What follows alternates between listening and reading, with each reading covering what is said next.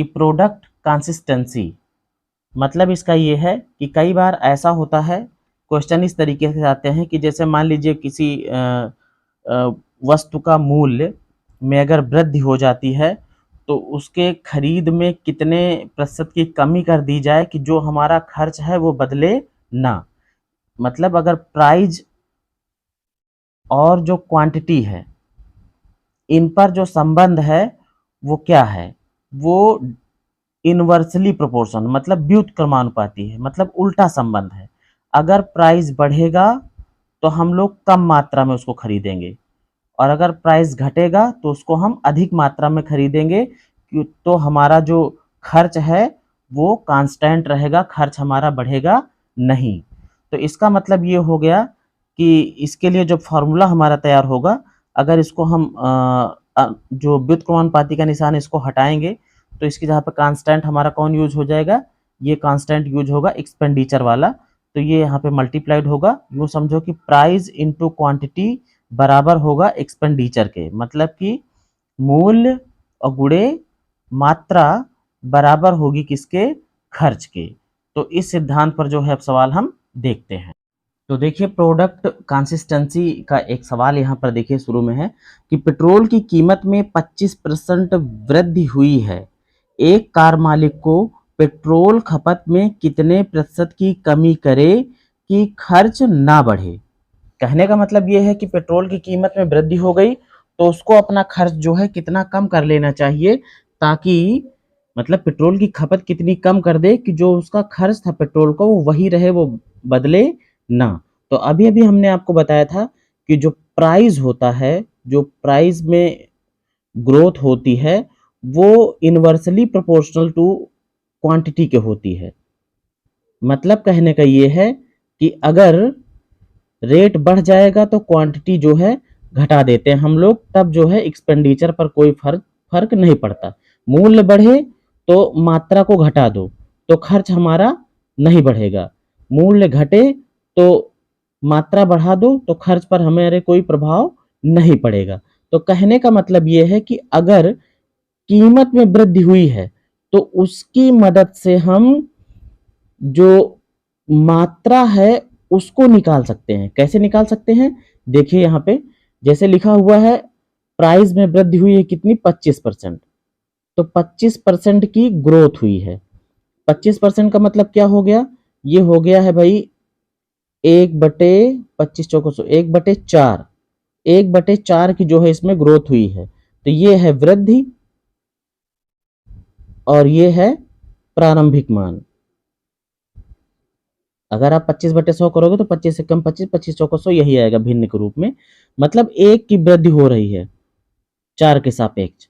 तो अगर जब एक की वृद्धि होगी तो इसमें वृद्धि को हम कैसे डिनोट करेंगे, ये बन जाएगा हमारा, ये बन के आएगा 4 और 1 5। वृद्धि के लिए यही होता है, हर को अंश को जोड़ लिया जाता है, मतलब कि ये 5/4 बनेगा। तो अब यहाँ पर जो रेशियो हमारा बनेगा वो बनेगा जाके 5/4, और ये 5 जो है वो मतलब कि फाइनल वैल्यू है, मतलब बाद वाला जो प्राइस है, और ये जो है वो पहले वाला है। तो ये फाइनल है और ये इनिशियल है। अब इसी की मदद से, अब यहाँ पर देखो हमको जो मिला हुआ है इसकी मदद से हम लोग जो है क्वांटिटी वाला निकाल लेते हैं। ये भी हमको किसको मिला है, प्राइस का मिला है, ये भी हमें मिला है प्राइस वाला। प्राइस का रेशियो क्या मिल चुका है, मिल चुका है ओल्ड वाला और न्यू वाला, मतलब पुराना और नया दोनों।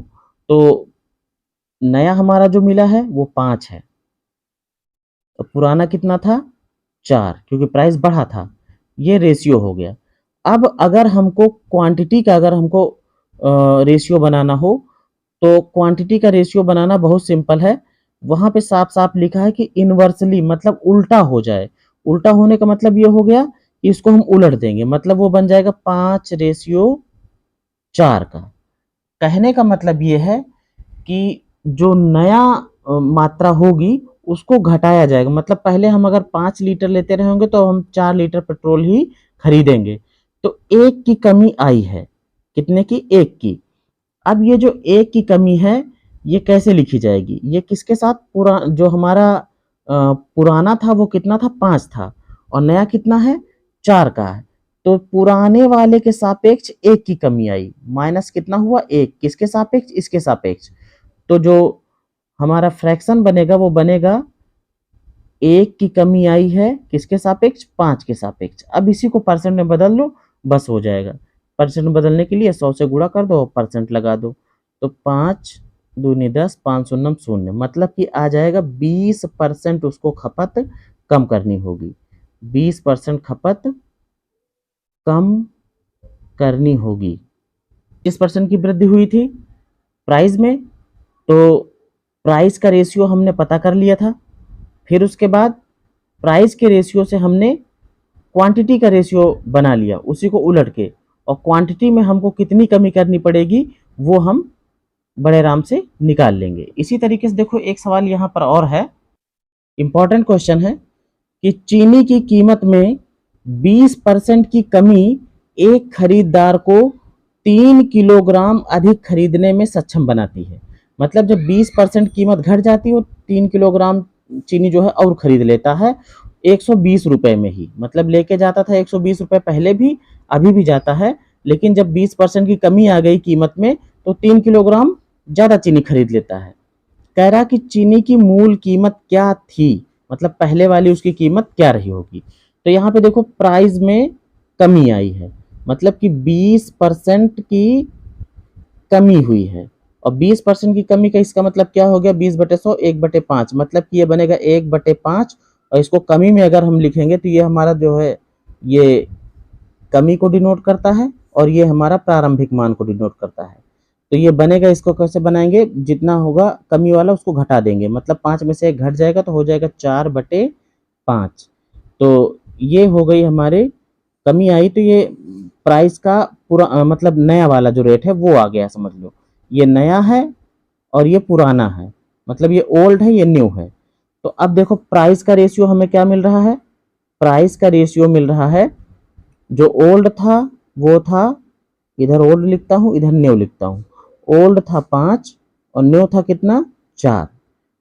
अब ये जो रेशियो है अगर हम इसको क्वांटिटी वाले में बदलें तो क्वांटिटी वाले में क्या हो जाएगा? इसी का उल्टा, क्योंकि जो प्राइस होता है वो क्वांटिटी के इनवर्सली प्रोपोर्शनल होता है, मतलब व्युत्क्रमानुपाती होता है। तो ये बन जाएगा 4/5। कहने का मतलब ये हो गया कि ये ओल्ड वाला है। ओल्ड पहले जो है वो अगर 4 किलो खरीदता रहा होगा तो अब 5 खरीदता है।